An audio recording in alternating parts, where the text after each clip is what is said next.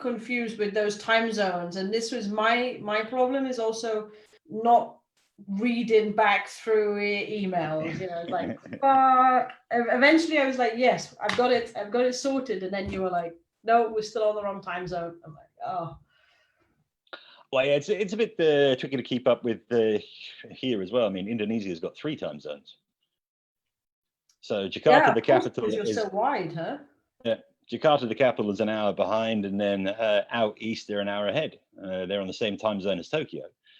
Jakarta's on the same time zone as Bangkok, and we are basically like Singapore. It's just, I mean, at least in the UK, and Western Australia. UK, we just have one, and that's obviously I'm finding complicated enough just for me to keep up with that one and where everybody else is. The other question here is, I hope Corinna's got a bleeper in the background there. I'm going to really try not to swear. Exactly. Just imagine like your mother was sat next to you. So we are officially live. I see that as well. So now, we need to tone down the conversation, remove all the bad words, and keep to professional language. Okay. We will just wait a couple of minutes. We're a little bit early anyway. We shouldn't be beginning until 1 o'clock. So we just got a few people coming in. So I say Karim from Egypt. Hello. He's been busy actually. I don't know whether you've seen. He's created like a YouTube site now for informational services coming through SSI Egypt. Oh, that's cool. Yeah, no, Kareem's a good lad. Yeah. So at some point over the next days, I think he's going to be harassing me to do some type of interview for that, I think. Greetings from Argentina. Oh, wow. That's early morning, I think, over there. That's very early morning. Actually, the guy we were talking about there in Tahiti said, "Listen, is it going to be recorded? Because it's going to be 2 o'clock in the morning for me." I said, "Yeah, no, it's going to be recorded. Don't worry about that." So here's the difference. The guys in Argentina are going to be viewing with tea or coffee in hand, where we have the guys here now from close to you, Cebu, Philippines, who have got the beer in hand already. So. Well, yeah, exactly. They're going to be on San Miguel's. Shemek from Poland is there. Hello, Shemek. This is really cool. I've enjoyed actually all of the previous talks, whether it's Scuba Sunday, Free Dive Friday. It just seems to be bringing together such a worldwide diving community. Yeah, exactly. I mean, especially now, I think everybody's just really hungry to get back into the water, talk about the activity, and look at getting through it. Yeah, we have there Japan. That's also got to be quite late at night over there right now, huh? They're going to be an hour ahead. They're going to be about 9 o'clock, I would imagine. Okay, not so bad. 9 p.m. Evan from Turkey says hi. My good friend David Buick, supposed to be on safari with me only a couple of weeks ago, and unfortunately we all know why that didn't happen. But David, I've posted the dates for next year. So sign up, David. 2021 is going to be the better year. Exactly. Get the kit serviced. You'll be fine. Jorgo from Germany, also another one. Jorgo, you need to be getting in contact. We need to sort out next year. Croatia is there. And this Pacific Dive, I'm going to pronounce this wrong. Vanuatu.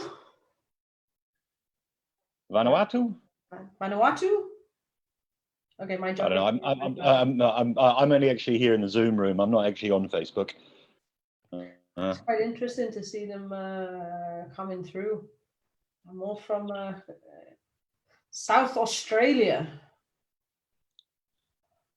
Yeah, that's a weird time zone. They're like an hour and a half ahead, I think. Yeah. Then Texas has woken up. So this is. It must be early here. Janine, I'm sure. Janine, greetings from South Wales all the way to Texas, US. How you doing? So I think just before we start, a reminder for people who are viewing at the moment, if they've missed any of the previous talks, so we've had one Tech Talk Tuesday already, there's been a couple of Free Dive Fridays and Scuba Sundays. Don't worry if you've missed those live. If you scroll down the Dive SSI Facebook page, you will see that all of them are still there and will remain on that page. So, you know, you can look back through and you can view those whenever you have more time to do so. And the same with this one that we are doing now.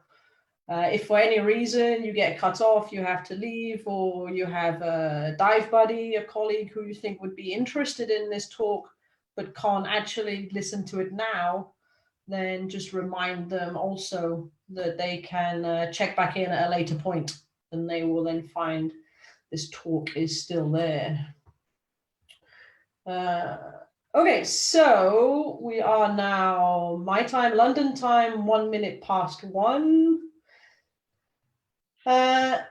So for the viewers that we have here, just to kind of go through a little bit about the format for our Tech Talk Tuesday, if you haven't seen any of the previous presentations. So the whole idea of these presentations is to provide you guys with, you know, a little bit of informal information. It's me and Mark having a chat about his area of speciality. It's not really meant as a lecture style. You know, we want to have your input, and we want you to take part in it as well. So if you have any questions at any point, just throw that question into the Facebook Messenger section, messages section, and then, you know, we can try and keep on top and answer those questions as we go through the talk from you know, from topic to topic. If we do miss any of the questions as they're coming through, then, you know, our apologies at the time. We will have time at the end of our chat to reach back and see if we can answer as many of those questions as we can.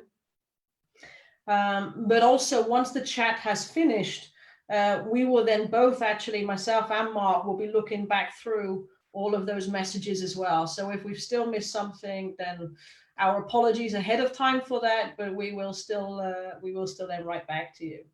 But yeah, we'll try and keep on top of it as we're going through. So good. So really enough, me talking.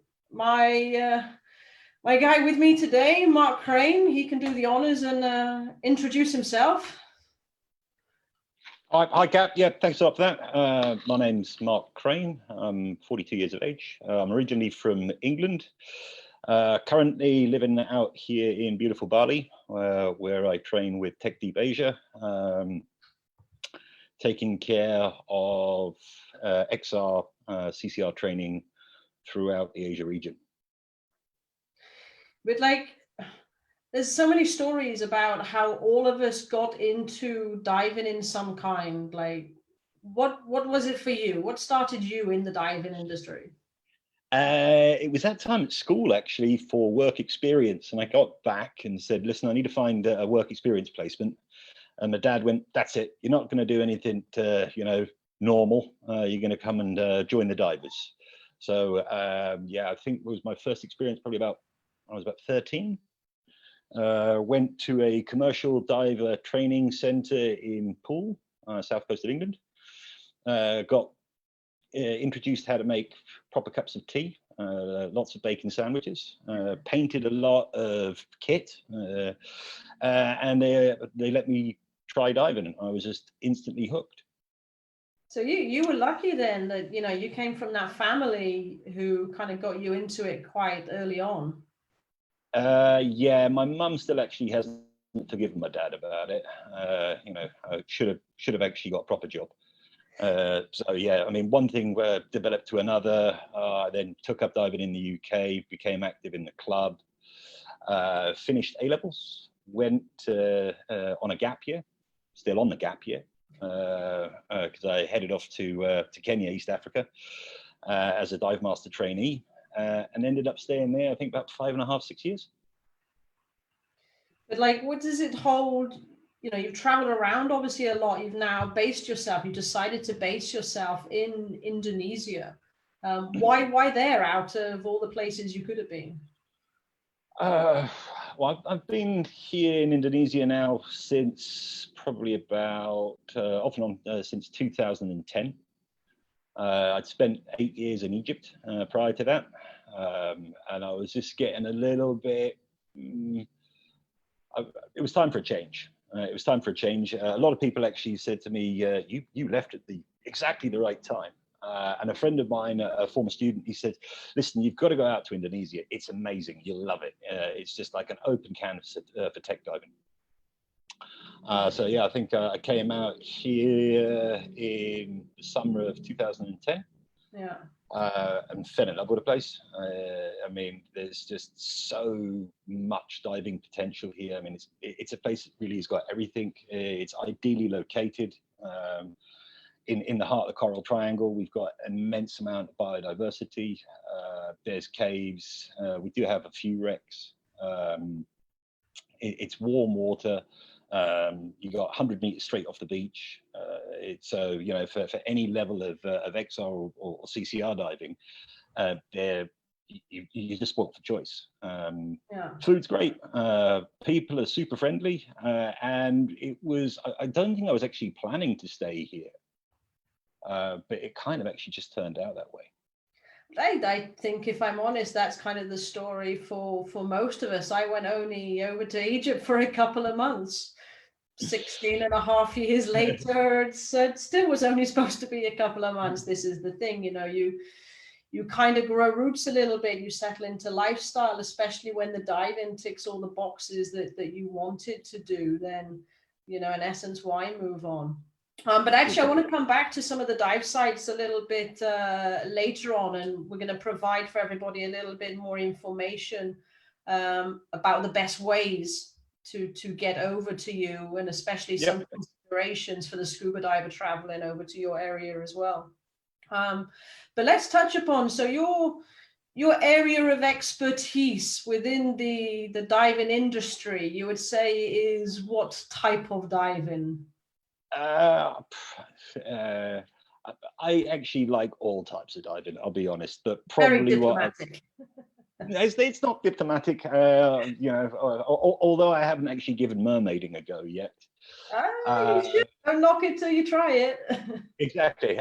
My free diving days are probably a little bit numbered, but whether it be single tank, side mount, twins, I like it all. I like to give it all a go and try and stay active and keep in that. However, what I've probably focused most of my time and effort on over the last 10, 15 years is rebreathers, CCR.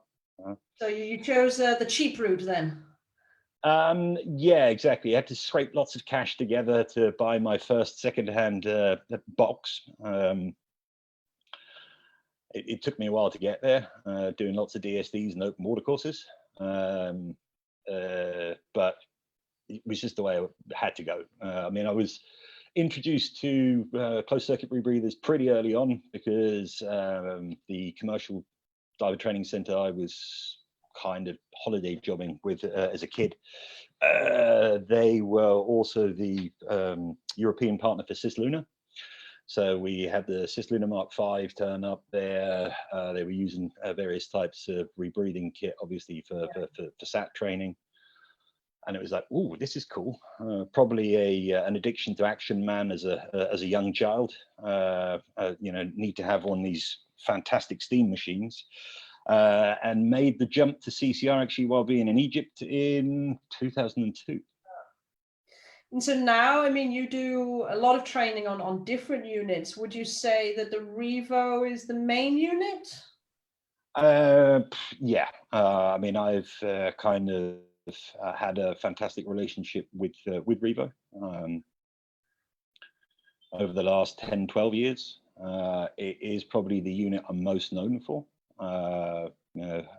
Do a lot of training on the Revo. I have done a lot of training on the Revo over the last 10 years. It is a fantastic piece of equipment. Ticks a lot of the boxes that I require in dive gear. So yeah, it's probably my go-to rebreather, because I've just actually spent so much time on it, which they're sometimes not too happy with me at the factory about, because I say, drop them an email and go, oh guys, I've broken it. They say, how have you managed to break that? Oh, going diving. Obviously, being here, located in the warm waters, Indonesia, Southeast Asia, we've got lots of opportunity to go diving.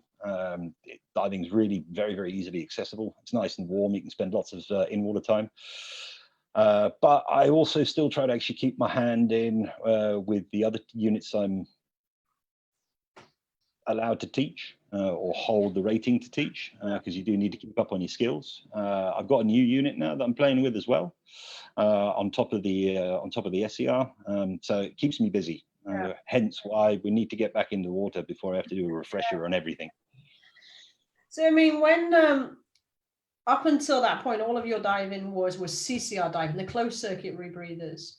When you heard that Revo would in development with Mars to produce a SCR, what was your kind of initial thoughts? Because you hadn't dived SCR before, I don't think, right? No, I actually I had a very brief relationship with the Draeger Dolphin many years ago. I actually remember while I was still working in Kenya, I believe, seeing the big hype about the Draeger Dolphin, and it was being offered in Egypt, and I was like, oh, I've got to go to Egypt. I've got to get a job in Egypt. It looks so brilliant. They're doing all this tech stuff there. Oh yeah, that's what I want to do. And rebreathers, absolutely fantastic. I then got to Egypt, joined the company where I'd seen the advertising for the Draeger Dolphin, and by this time the CCRs had really kicked off, and they'd moved away from the SCRs. And I said, oh, I'd like to try that. And they were like, nah, you don't want to try that. That's okay. And so I'll give it a go. So I did a very basic user course on the Draeger Dolphin many moons ago now. And yeah, I kind of took the advice and the recommendation and did the CCR jump. So when I then heard that the Horizon was in development, I was actually fortunate enough to see it because we were doing a XR instructor diver program out in the Philippines. And Paul, Revo Daddy, he was there, and he came along with this machine, and we're all like, oh, what's that? He's like, nobody talk about that. Nobody touch that. Nobody ask anybody any questions about that. Definitely. And of course, all of us were, no, definitely no photos, no social media updates, none of that, which of course led us to all to sort of like, you know, in the evening after leaving the bar, breaking into the rebreather room to try and find out underneath the towel what this thing was. So quietly confident, excited by the new product. It looked very different then to the way it does now. I would agree with that. The original prototype unit that I saw there in Seable, which is like 3 years ago now, it was built around a Revo frame, classical, you know, frame like that, and it didn't look anything like it does now. It's time development, and that's a good aesthetic and marketing team. People put in their powers to make it look pretty. Yeah. No, I mean, I agree. I had some time in Bruges also with Paul and the team there during the very early development stages on something that looks very different to what we have now. But even then, I just remember jumping into the pool with it, and the thing that struck me immediately was like how easy it was just to very quickly start to swim around, have good trim position in the water. You know, I remember back to my very first CCR days where you feel as though you're bouncing on the sand. But with the SCR, yeah, you just hopped it on your back and so quickly. A lot easier, definitely. Yeah. So you were also, I say, lucky enough, we did a training event over in Egypt. So for those who were unaware before actually most people got to see the horizon. Of course, we had to put a hierarchy of trainers and instructors in place ready for the launch of the unit. And Marc was one of the guys who got invited to come and join us in Egypt. So that was the first time that really you could see the end product, I guess. I mean, when you then saw the end product, happy, pleased? Was it then what you expected it to be? Yeah, I was actually very pleasantly surprised. It was then traveling here back from Indonesia, going over to Egypt. It was the first time I was in Egypt for probably about 8-9 years, so it was actually quite cool to come back, see what's changed. Did the drive from Hurghada down to Marsalam, where we then got on Port Galib, where we got on the boat, and everybody was there, and these machines were there, and it was like, oh, that actually looks really very cool, and was very much looking forward to a good week on the boat, going out and diving off the brothers, which is absolutely fantastic diving, with a good crew of people. Thanks for the gas logistics, by the way. Kat, you were quite busy though. Paul was the gas monkey. I was his assistant. I got him to thank. True, but I mean that was the Love Boat was probably from a logistics point of view quite tricky for you, because you had rebreather divers, you had all these prototype units on there, you had the film team, you had people open circuit twins, so it kept you on your toes, and it was a good week. What I kind of after the first experience in the water, I was a little bit like, what is that it? Because it was so simple and so easy and actually really thoroughly enjoyable. I think the mistake I made, which a lot of the other guys that were on that trip as well probably also to a certain extent made, was we arrived there with a hypoxic trimix CCR mixed gas teaching diving background. I'm like, right, here we go, we've got a new rebreather, well, let's take it straight away to 100 meters, and let's do this, and let's have a play around with that. Not straight away to 100 meters obviously, but just approaching it. 100 meters didn't happen. No, it didn't happen. But just approaching it from a technical mindset, and I think it took me probably 2 days on that trip to then go like, hang on a second, it's not like a full-on mixed gas technical CCR. It's one of these kind of things. It's a semi-closed rebreather, which has got a lot of strong design features and characteristics from the Revo, but put into a smaller, lighter, advanced recreational unit. So what I'm going to try and do, if technology works, just for the people at home that are watching this, maybe they haven't actually seen the horizon before yet. And I know that you're going to go on to talk about some of the features of it. So I'm just going to see, in replace of my face, whether I can bring up a couple of pictures of the horizon. And then maybe as I do, you can kind of point out or talk through some of the features. Let me try that, then you'll have to tell me whether this works. Okay, yeah, you screen shared. Yes, so hopefully you can now see the front of a horizon. Correct, yes. So basically got the front of the unit there, so a lot like what's happened with the Revo. The horizon is everything back mounted, so it's also got counterlungs on the back of scrubber, all the electronics, everything's on the back, giving you a really nice, clean, free chest area. Back casing there is where you've then basically got the brains of the unit down in the lower portion, where you probably see that Revo technology badge. And then you've got the counterlungs left and right. It's a dual scrubber, again, super efficient. Just like it is with the with the Revo, having that dual scrubber really gives you a lot of zorb efficiency, which is very, very nice when you're diving remote locations where it's difficult to get hold of this kind of stuff.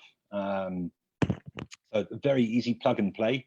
One of the fundamental differences here with the design brief for the Horizon was not having to use specialized rebreather cylinders.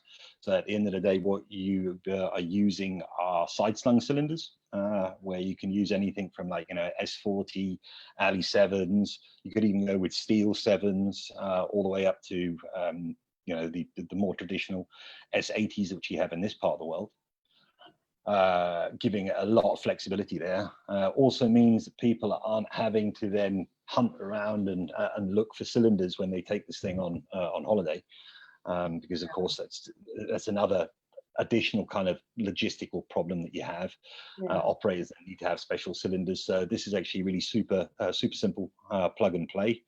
There you can actually see it kind of in all of its splendor. It's got its own computer controller, which has developed a long way since we tried it out in Egypt, where it was basically kind of depth and time. And there's more features coming on that. Again, it's the advantages of modern technology as far as software updates are concerned. The team in Rapallo are always actually listening to feedback that we're giving and updating stuff. And just making that a better feature. Obviously, it has the download link to your smartphone, so you can get all your dive logs. It will be paired up with your MySSI app, so you can actually then straight away pull log files off your Horizon and put it then into your SSI log. It's super lightweight. One of the other design features, because it is targeted at the advanced recreational market, not so much the tech market, is the BOV, the bailout valve. Should you have any issues with the rebreather, with the SCR itself, you can anytime switch over onto open circuit, so it breathes then like a regulator. You've got a really good head-up display, which is there on the mouthpiece in the top right. Which is just giving you this very comfortable kind of glow, telling you everything's good. And you plug your gas in. You've got the option of running one gas, or if you're actually going into doing some deco, you can then plug in a secondary decompression gas. Yeah, I think actually what you hit on when you were going through the description there, which is really one of the biggest features for me for the traveling diver is the fact that it doesn't need a dedicated specific type of cylinder. No. This was one of the issues, and I know from running the technical facility over in Egypt, when we had divers coming out with some other types of SCR unit, which needed to have a specific cylinder size, ideally cylinder material. If you did not have that cylinder available, the unit was not diveable.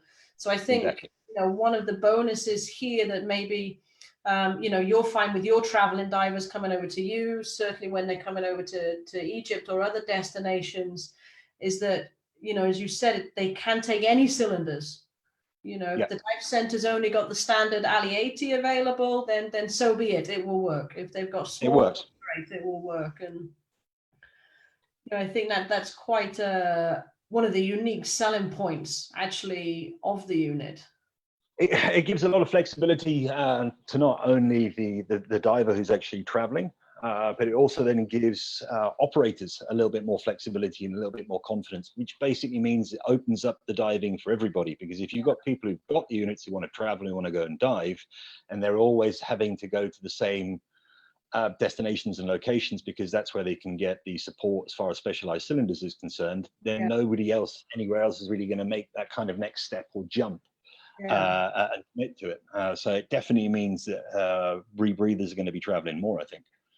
So here's the question though for you. So, it is aimed at that recreational market, but it's also aimed at the recreational divers for those looking to extend their range in some way. Maybe they want to increase depth slightly, maybe they want to increase time slightly.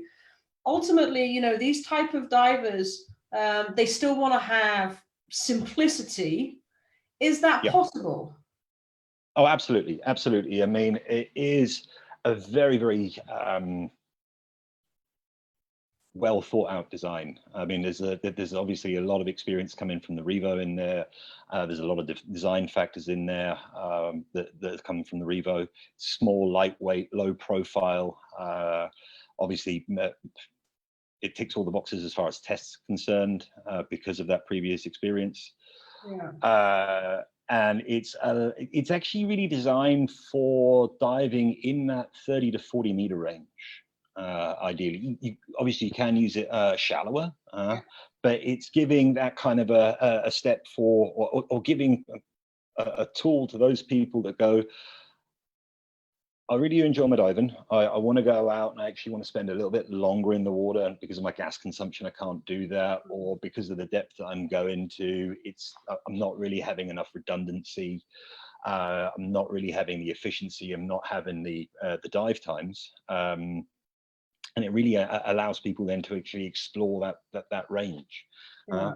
Those people, I mean, there are people that are not like me, completely bonkers, and like strapping loads of cylinders to myself and going to 60, 80, 100 meters. There are people that go like, actually, I don't want to have all of that hassle. I don't want to have more gear, more cylinders, which is where this unit actually really fits in. Yeah, I think also it's worth commenting at this point, because I've had a lot of people inquiring about training on it, and a good percentage of those are coming from people who are either professional photographers, videographers, or keen amateurs. I think they've all started to look at these underwater wildlife documentaries, and they're going, how can I get that close like those photographers, like those videographers do? So I think there's another place for it there potentially.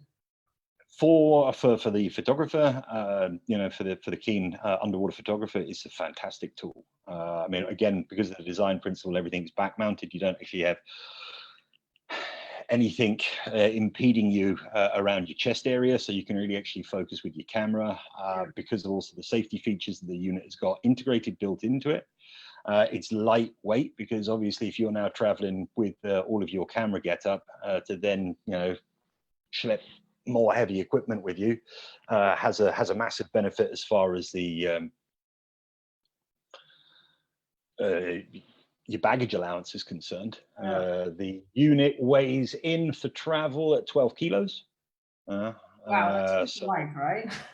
That's I mean, if you're now traveling with your big camera and your dome port and your housing, that's a really big benefit for you that you have with the unit. The other thing then obviously is it is giving you that time underwater to really see what's actually happening with the marine life, because you can get that closer, and you can actually then stay longer. Yeah. So I'll intro. We had one question in. Apologies, I got to use my glasses to see these questions. I'm also getting old. So Yogi was asking, so the big difference between, so basically how to dive it recreationally and how to dive it if you want to make decompression. So the unit itself can do both of those types. What's the difference between diving it recreationally or with extended range, with decompression? Well, I mean, obviously, when you're now going into decompression, you are having to do mandatory stage decompression stops. So you do need to then spend a little bit more time with your planning. You need to make sure you've got that gas redundancy. But as far as the unit is concerned, it's really quite simple. You just analyze the deco gas, whether that be like a nitrox 50, screw the regulator on, clip it off onto your side, do your usual checks, and jump into the water. And then when you actually start ascending, you switch from your bottom gas, like a normal XR switch procedure is, to your deco gas when you then arrived at your predetermined decompression stop. Okay, so just to clarify for those, again, who've never seen the unit before. So for people making recreational dives, they would just be carrying one cylinder of whatever their selected nitrox bottom gas is. And for those that make decompression, sorry, then they just carry a second cylinder. Exactly. So, I mean, in that way, and going back to a little bit of the guys' talk of last week, it kind of fits in with side mount as well, because you've got those cylinders slung on the side of you. You're traditionally carrying on your left-hand side your bottom mix, which let's call it a nitrox 32, because that's mostly what you'll actually get. And then on your right-hand side, you'll have your deco mix, which will be something like 50, 60, 70%. That being said, what I actually just did recently on some training in Taiwan, because a lot of these guys are actually doing shallower shore dives, they're using the equipment for photography and videography. We then were looking more at the recreational training pathway. We then did actually branch out, obviously, into the full-on deco. But we were actually using 2 cylinders just to give us a little bit more gas redundancy. They were slightly smaller cylinders. Asian, generally a little bit smaller, so people then doing shore dives with 2 S80s or an S80 can be a little bit harder. So we then just decided to go, well, I'll tell you what, let's just take 2 S40s with the same gas, just to give us that additional safety margin. So, I mean, basically what we're saying is, I mean, there's so much versatility to the unit. There's so many options in terms of its gas capacities, whether it's large volume, small volume, whether you're doing the decompression or whether you're not doing decompression. Mm-hmm. So, I mean, for this then type of unit, I mean, how accessible is it to get into SCR diving at a recreational level? Recreational level prerequisites currently don't need to have any kind of technical background whatsoever. It still actually stays recreational. It is, you're quizzing me on the standards here, aren't you? Come on, I know you've got them there. No, I actually haven't. I did sort of like revise this afternoon. It is 24 dives, and you need to have the nitrox and deep specialty. Okay, so I've been thinking about some of our dive store owners, the training centers who are maybe listening and watching this presentation. When they look through their client base, and when you look through your client base, and I'll be honest, I did the same with mine. When I looked at how many of my customers could fulfill those prerequisites, I mean, for me, it was almost 90% of my customers theoretically could undertake this training. Absolutely. You don't need to have that technical mindset. Even somebody who says, I really don't want to get into technical diving in the classical kind of form, they can really actually go out and do start off with the horizon and develop actually into doing XR dives. So what about them if they wanted to, if they had interest in doing the extended range version, if they wanted to have decompression, how easy is it to get into that? Again, currently the standards actually allow for you to go straight actually into the deco program as well. So you need exactly the same prerequisites. Okay, 24 dives, nitrox and deep. That's the way currently. It isn't an issue because of the way the system is designed. Obviously, it then becomes a little bit more theoretically intensive, introducing people then into the gas side, the gas planning side of things, and making sure they have enough redundancy. So what I recently did here in Taiwan, where I did actually have a couple of candidates that wanted to do the XR extended range program. But didn't actually have any technical XR background. We started off first of all with the recreational, and then over the course of the 4 or 5 days, we then built it up and moved it in when they were happy and comfortable into the deco program. But I guess that's a nice way of doing it, isn't it? I mean, for people who have never dived with such a unit, there's probably a little bit of wariness to begin with. So, get them on the unit, get them in the water, get them doing some training. And if they found, like, when we were doing this training event in Egypt, we had a lot of the service centers who could try out the unit. None of them had ever dived a rebreather or semi-closed before.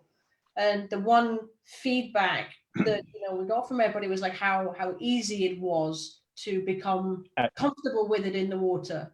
So I guess maybe it's right. You know, you start them training, see how they get on, and then decide which pathway they want to go down. Absolutely, absolutely. And you've got a lot of flexibility there. You've got a lot of flexibility there. Yeah. And so with the unit though, so obviously the cylinders is the easy part because it can take any cylinders. It does need a scrubber material of some kind. This one is with the the Sofnaline 797. Yep. How easy is that to source in Indonesia, in your area? It is available. I mean, again, here I actually import my own just to make that then a little bit easier. We do have good access to absorbent material to Sofnaline in the major hubs. We can. It's available. It's obviously a bit more pricey. I don't even know what you're paying now for, you know, a tub of line back at home, but here you're going to be in that kind of a ballpark between 12 to 18 US dollars a kilo. Yeah. Because of course it has to be shipped in. There is quite a lot of duty on it here. And then it actually has to make its way around the archipelago of 17,500 islands. Sure. But we've been working previously with liveaboard owners who are going like, oh, well, the boat's actually here now, but in 6 months, well, in 3 months' time, it's going to be doing a Raja Ampat trip where I've got 6 rebreather divers signed up. Right. Can I actually stock up on Zorb now here, leave it on the boat and wait for them to come in? Yeah. So that is possible. I mean, obviously, if you're now looking for a diving destination in this part of the world, you need to do a little bit of homework. It is available. It is available, but it might just take a little bit longer depending on how remote you're going. But again, saying that with the Horizon, I mean, when it packs down now to 12 kilos, you put a 4.5 kilo scrubber pail, the small pails.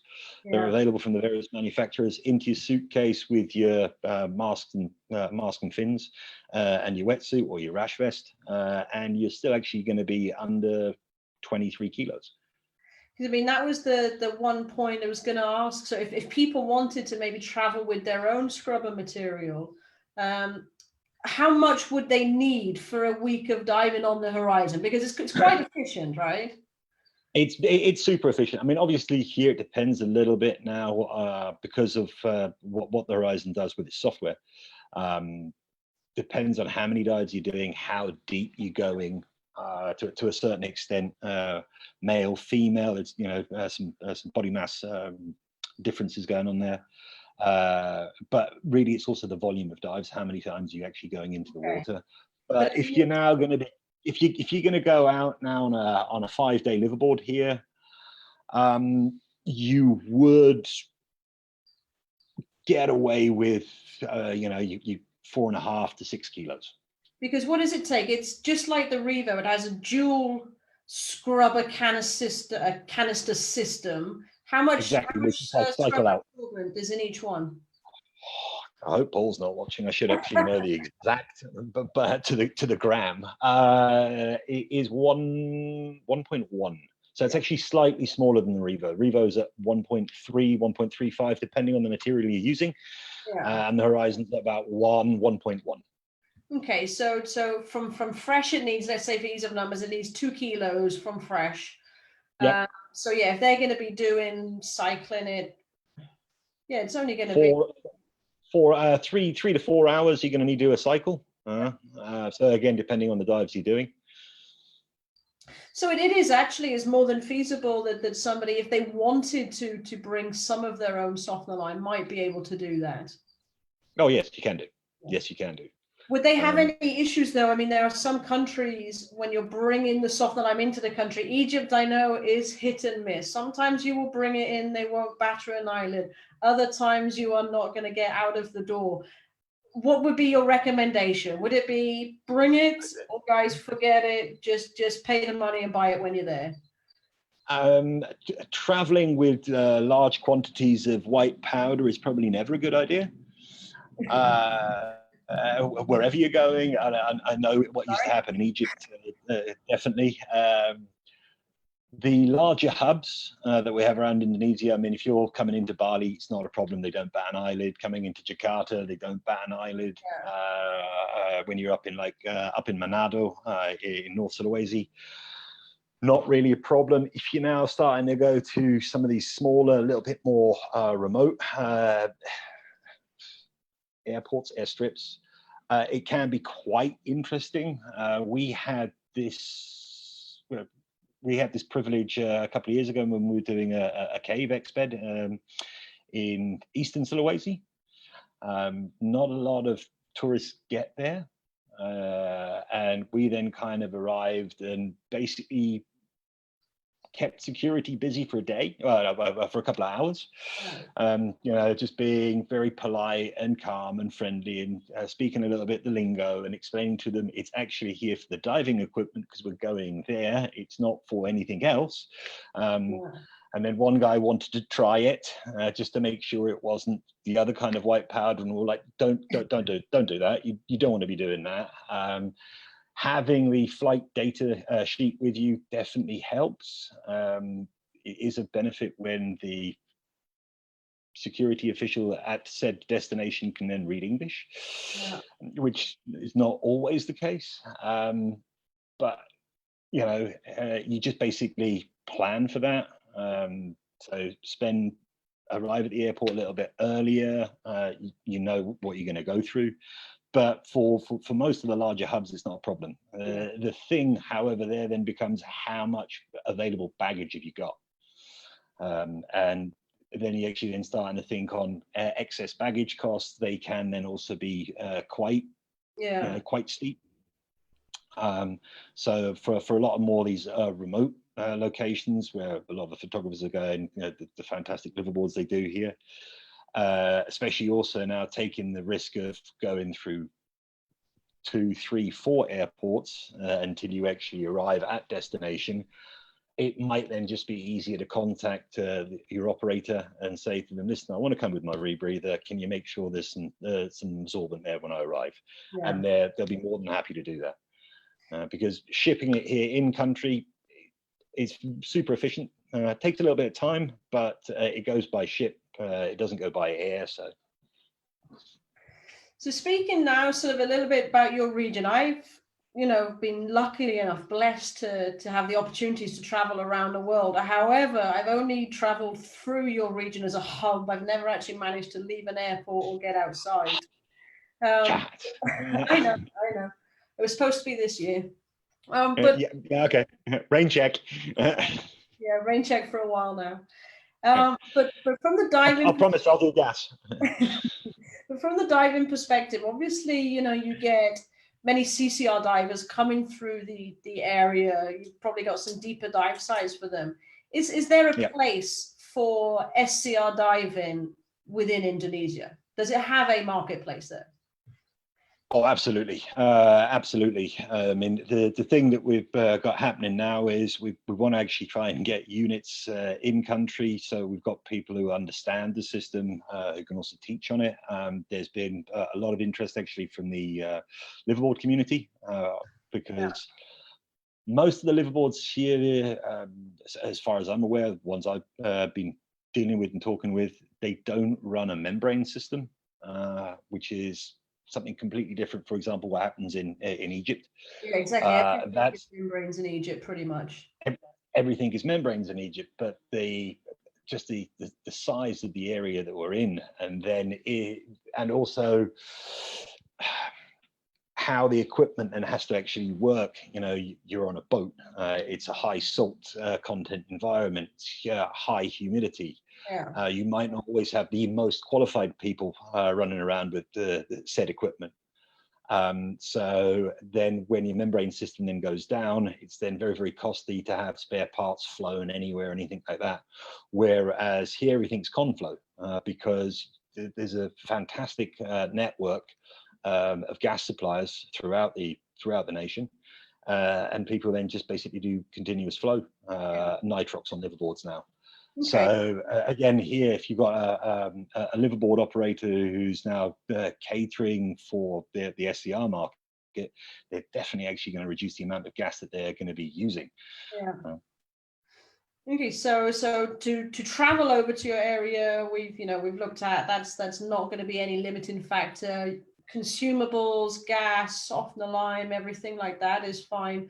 But what do you actually have then, the type of diving where they would get benefit? Or I mean, again, I don't know your area, so I don't know if you've got lots of 12-meter shallow plateaus where it's mud hunting, or if you actually got something slightly deeper where you want to have more time. My direct area, or are you talking about the whole country? Because we need a little bit more time for the whole country. It's vast. I haven't even actually scratched the surface here. I mean, the archipelago nation of Indonesia, just to give you an idea of size, it covers 1/8 the circumference of the globe, straight through basically the tropics, the heart of the Coral Triangle. So we got three time zones. The water is always a balmy 28 degrees. We've got from 12-meter macro muck critter photography down to 100+ meter megafauna. So we've got wrecks, we've got caves. Not as many wrecks as I'd like, but definitely there's a massive developing cave scene here now, which is sort of like the little bit of an insider tip. It's starting to get more exposure now. But some amazing caves. Wildlife wise, I mean, you're over in Alor, you've got the blue whales coming in for birthing, the Banda Sea, which is another big one for the liverboard tours. You've got the hammerhead migration, so you've just basically got like walls of hammerheads, like the footage we see from the Galapagos. Up in Manado, you can roll out of bed and you can go roll straight down a 100-meter wall with lush corals. Bali has a good mix of everything. One of my first instructors here in country was taught on the horizon. He was already a rebreather diver beforehand. He goes, all right, yeah, let's have a go with this SCR thing. We did something similar to the Liberty wreck, which is quite famous here in Bali. And we did a maximum 30 meters. And I think we actually had a run time there of about just over 2 hours. Without going into deco, running that on 2 S40s. Jeez. So that shows, I mean, the unit being really showcasing its maximum efficiency. That's what it's for. When you say you don't even go into deco, but you're getting 2.5 hour run times, right? Yeah, exactly. I mean, you're just basically moving yourself up. You leave yourself a little bit of TTS and then clear it out. Yeah. And he then, but we came out of the water and he goes like, okay, yeah, sign me up for that. I'm in. So, I mean, from your perspective, I mean, obviously the SCR training is only just really at its beginning. The interest is there. Can you see that the SCRs will survive in the world still with closed circuit rebreathers? Is there space for both? Oh, there's definitely space for both. I hope so. I've got 3 of them. So I really do, but I also actually feel that there is definitely a place in the market for this particular unit. Okay. I know previously especially those people who've been in the industry long enough, we've always heard this story about SCRs. SCRs are going to revolutionize the diving industry and everybody's going to be diving on an SCR. But this one here actually really does tick, if not all, then most of the boxes. I mean, it's very, very simple. It's got some great design features. It's a hybrid unit. So therefore, you've got all of those belt and braces and the safety net there. It's super lightweight. It's uncluttered. It's very efficient with the Zorb. It's efficient with the gas.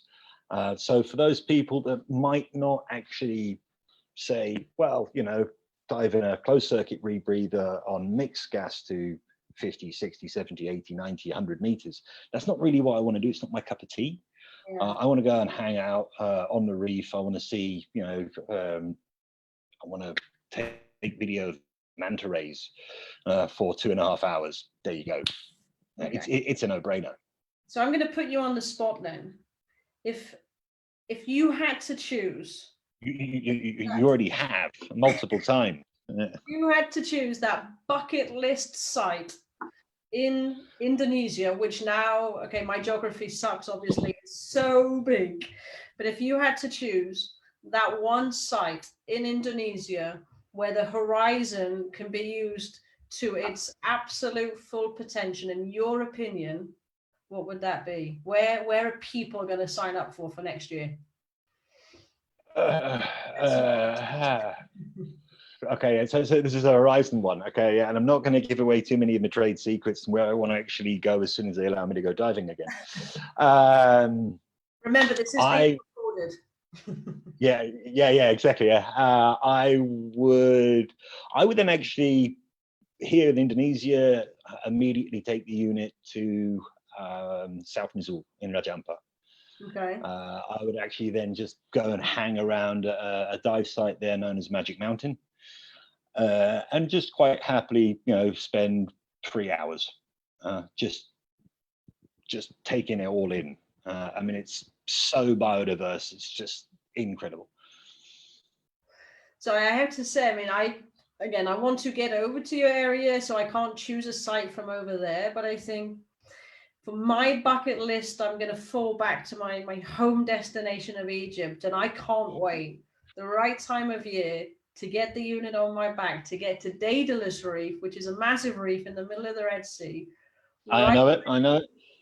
Sit at 25 meters in the split of the current and just wait for hammerheads. That's on my bucket list. 2021, that's going to be where I'm at. If you've still got space, let me sign up. Always space available for you, as long as you don't mind being the gas monkey. No, okay, yeah, no problem.